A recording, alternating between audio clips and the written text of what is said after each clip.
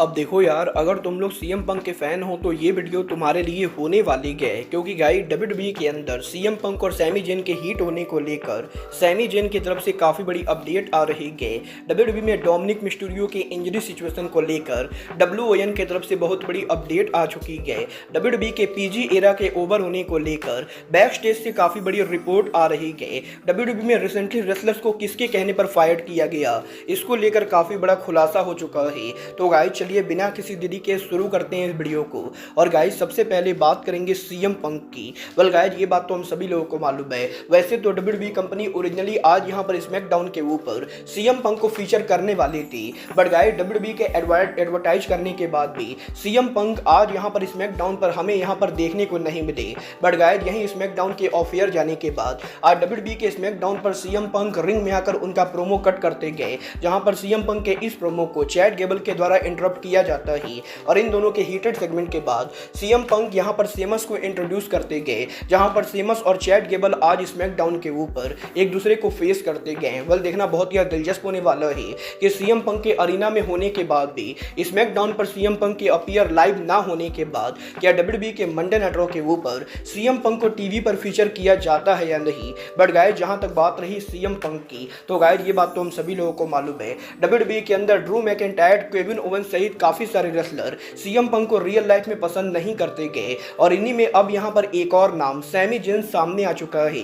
Guys यहां पर इस हफ्ते सैमी जेन के लेटेस्ट इंटरव्यू के अंदर सैमी जेन ने यह कंफर्म कर दिया है कि वो भी यहां पर रियल लाइफ में सीएम पंक को कुछ ज्यादा पसंद नहीं करते गए। और गाइस यहां पर सैमी जेन का ये कहना है कि वो यहां पर सीएम पंक को 20 साल से भी ज्यादा टाइम से जानते गए, और गाइस यहां पर डेफिनेटली इन दोनों के बीच में पास्ट के अंदर काफी सारी गड़बड़ चीजें हुई गए। बट गाइस अब जबकि सीएम पंक कंपनी पर वापस आ चुके गए, तो गाइस सैमी जेन ये बिल्कुल भी नहीं चाहते गए कि वो यहां पर पुरानी बातों को लेकर सीएम पंक के साथ किसी तरह का कोई भी झगड़ा करे। और इसीलिए पंक के रिटर्न होने के बाद सैमी जेन ने ऑलरेडी सीएम पंक से बैक स्टेज एरिया के ऊपर बात की गई, और सैमी जेन ने सीएम पंक से लंबी चौड़ी बात करने के बाद ये मेक श्योर कर दिया ही कि अब यहां पर उनके और पंक के बीच में कोई भी हीट नहीं गए। और गाइस सैमी जेन और सीएम पंक दोनों ने ये डिसाइड किया है कि इन दोनों के बीच में पास में यहां पर जो भी हीट था, ये दोनों उन चीजों को पीछे छोड़कर अब डब्ल्यूडब्ल्यूई में एक साथ काम करने के लिए पूरी तरह से रेडी गए। और गाइस सैमी जेन का ये कहना है कि पास्ट में यहां पर सैमी जेन और सीएम पंक के बीच में जो भी हुआ,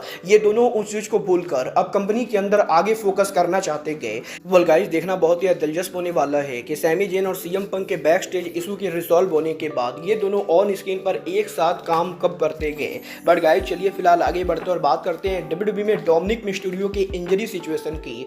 वेल गाइस बात करें यहाँ पर डोमिनिक मिस्टीरियो की, तो गाइस ये बात तो हम सभी जानते गए, डोमिनिक मिस्टीरियो भी रिया रिप्ली के बाद इंजर्ड हो चुके गए। और यही डोमिनिक की इंजरी सिचुएशन को लेकर इस हफ्ते डब्ल्यूओएन की तरफ से एक रिपोर्ट सामने आती गई, जहां पर डब्ल्यूओएन के इस रिपोर्ट के अंदर डब्ल्यूओएन ये रिपोर्ट करती गई कि डोमिनिक मिस्टीरियो की इंजरी के बाद उन्हें यहां पर सर्जरी करानी पड़ सकती है, और वो यहां पर पॉसिबली सर्जरी की वजह से डब्ल्यूडब्ल्यूई के टीवी से ऑफ हो सकते गए। बट गाइस यही डब्ल्यूओएन के इस रिपोर्ट के बाद डोमिनिक मिस्टीरियो इस रिपोर्ट के ऊपर ट्वीट करते गए, और वो यहां पर ये कहते गए कि ये रिपोर्ट बिल्कुल ही गलत है, कि डोमिनिक को इंजरी के लिए सर्जरी करानी पड़ेगी। और डोमिनिक ये कंफर्म करते गए कि वो यहां पर उनकी इंजरी का कोई भी सर्जरी नहीं करा रहे गए, और उनकी इंजरी बिना सर्जरी के ठीक हो सकती गए। वेल गाइस अब क्योंकि डोमिनिक यहां पर सर्जरी नहीं करा रहे गए, तो गाइस डेफिनेटली डोमिनिक लंबे टाइम के लिए रिंग से बाहर नहीं रहेंगे, और वो यहां पर टीवी से भी ऑफ नहीं लेंगे। बट गाइस यही डब्ल्यूडब्ल्यूई के अंदर अब यहां पर सोनिया देविल के रिटर्न सिचुएशन को लेकर भी डब्ल्यूओएन की तरफ से बड़ी अपडेट आ चुकी है।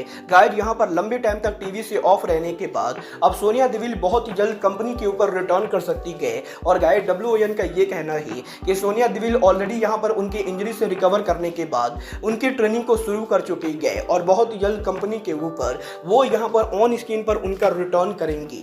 मतलब ये तो आने वाला टाइम बताएगा कि सोनिया देविल टीवी पर रिटर्न कब करती गए। बट गाइस चलिए फिलहाल आगे बढ़ते और बात करते हैं डब्ल्यूडब्ल्यूई के बजट कट की।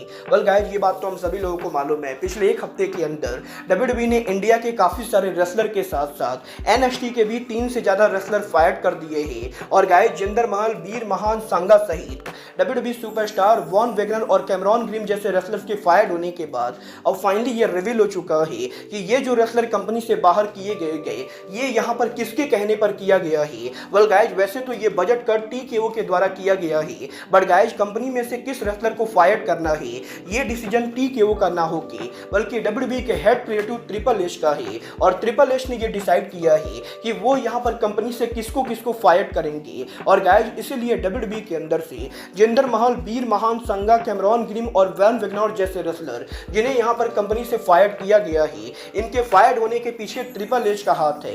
बल देखना बहुत ही दिलचस्प होने वाला है कि ट्रिपल एच और किसको किसको बलि का बकरा बनाते गए। बट गाइज चलिए फिलहाल आगे बढ़ते और बात करते हैं रेसलमेनिया के बजट कट की। बल गाइज अगर आप लोगों ने इस साल के रेसलमेनिया को ध्यान से देखा होगा तो गाइज आप लोगों ने देखा होगा डब्ल्यूडब्ल्यूई के इस साल के रेसलमेनिया के ऊपर पिछले कुछ रेसलमेनिया के मुकाबले हमें यहाँ पर काफी कम पायरो देखने को मिले थे।